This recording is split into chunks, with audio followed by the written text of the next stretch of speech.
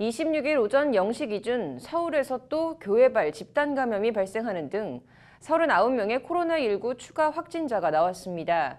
로투데이 오늘은 코로나19와 차별금지법 얘기 집중 전해드리겠습니다. 수도권 코로나 M차 감염, 그 시발은 지난달 이태원 클럽이었는데요. 지난달 7일 이태원 클럽 첫 확진자가 나오고 40일이 지났습니다. 이와 관련 이른바 게이클럽 성소수자 비하 논란이 일기도 했는데 어떻게 봐야 할까요? 먼저 현재 이태원 분위기는 어떤지부터 알아봤습니다. 리포트 먼저 보시겠습니다. 어제 저녁 7시쯤 서울 이태원 거리입니다. 평소 같으면 관광객과 내국인이 섞여 인파로 붐비었을 거리가 사람이 거의 없어 한산하기만 합니다. 그나마 한두 명씩 눈에 띄는 행인들도 대부분 외국인들이고 한국인들은 아예 자취를 찾기가 어렵습니다. 간간히 내린 비에 젖은 거리가 을씨년스럽기까지 합니다. 지난달 7일 이태원 클럽발 코로나19 집단 감염이 시작되면서 이태원이 유령도시처럼 돼버린 겁니다. 유령도시 같죠. 손님 없죠. 원래 이태원은 평일에 사람이 없고 이제 주말에 많은데 주말에도 지금 평일보다 더 매출이 안 나오니까 매출 엄청 떨어졌어요.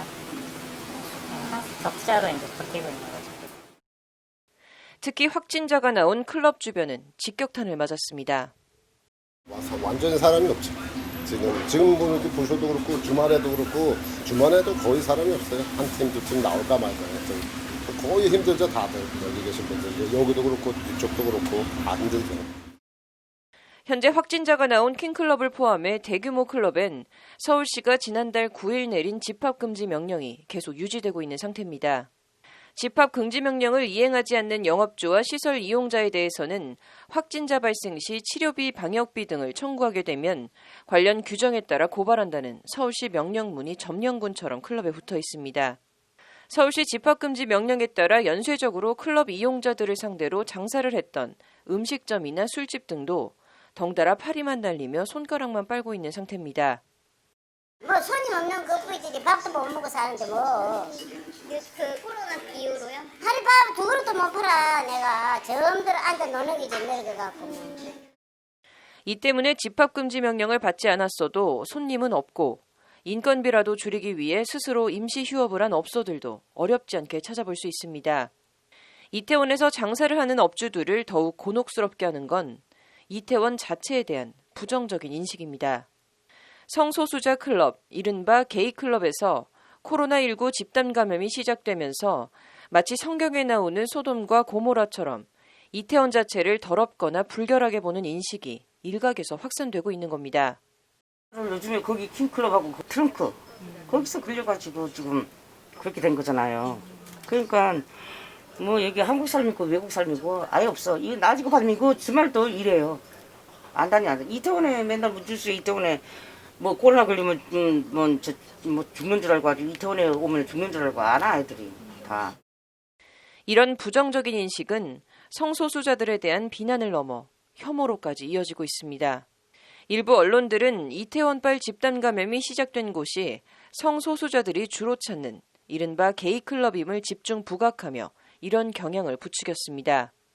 동성애, 게이, 블랙 수면방 등 관련 어휘가 포털 사이트에 오르내렸고 일부 네티즌들은 거친 언사로 원색적인 비난과 혐오들을 쏟아냈습니다. 이태원 클럽 간 게이 XX들은 신상 털어서 개망신당했으면 좋겠다. 차에 치여서 죽어버려라 더러운 XX 같은 비난들이 그것입니다. 자기들 재미 보자고 쟤들 때문에 코로나19 진압 공든탑이 무너졌다는 식의 비난과 혐오가 쏟아지고 있는 겁니다. 그런 자극적인 단어가 사실은 특정 계층이나 그룹에 대한 어떤 그 공격적 성향을 불러일으키는 요소로 작용할 수 있어요. 그리고 그런 표현들이 방역에도 전혀 도움이 안 돼요. 왜냐면 본인이 사회적으로 어떤 비판의 대상이 된다거나 아니면 공격의 대상이 된다거나 다 숨어버리거든요. 그러면 방역 당국에서 가능성이 있는 예컨대 또는 방역의 체계 안에 들어와 있는 사람들의 관리를 제대로 할 수 없도록 방해하는 요소. 쏟아지는 비난에 대해 익명을 요구한 성소수자 A씨는 해당 클럽을 방문해 코로나19 검사를 받고 음성 판정을 받았지만 이 과정에 자신이 성소수자임이 밝혀져 직장과 가족에서 고립감을 느끼고 있다며 난감했습니다. 회사 사람들이 내가 없는 자리에서 수군거리는 느낌이다. 먼저 말을 걸기도 힘들게 됐고 그 사건 이후로 직장도 부모님도 모두가 나를 피한다는 생각이 든다는 것이 A씨의 하소연입니다. 이런 비난과 혐오가 잠재적인 차별과 배제로 이어지고 있는 겁니다. 이건 계층의 문제가 아니라고 제가 아까도 말씀을 드렸지만 기본적으로 누구든 감염이 될 수 있고 누구든 그 대상이 될 수 있다는 것을 인식을 해야 돼요.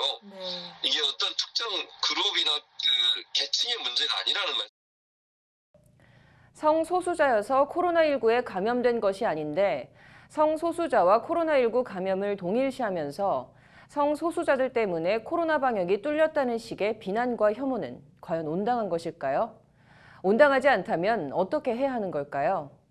이태원 클럽발 코로나 집단 감염에서 시작된 성소수자에 대한 비난과 혐오는 역으로 차별과 혐오 금지라는 묵직한 화두를 우리 사회에 던져주고 있습니다.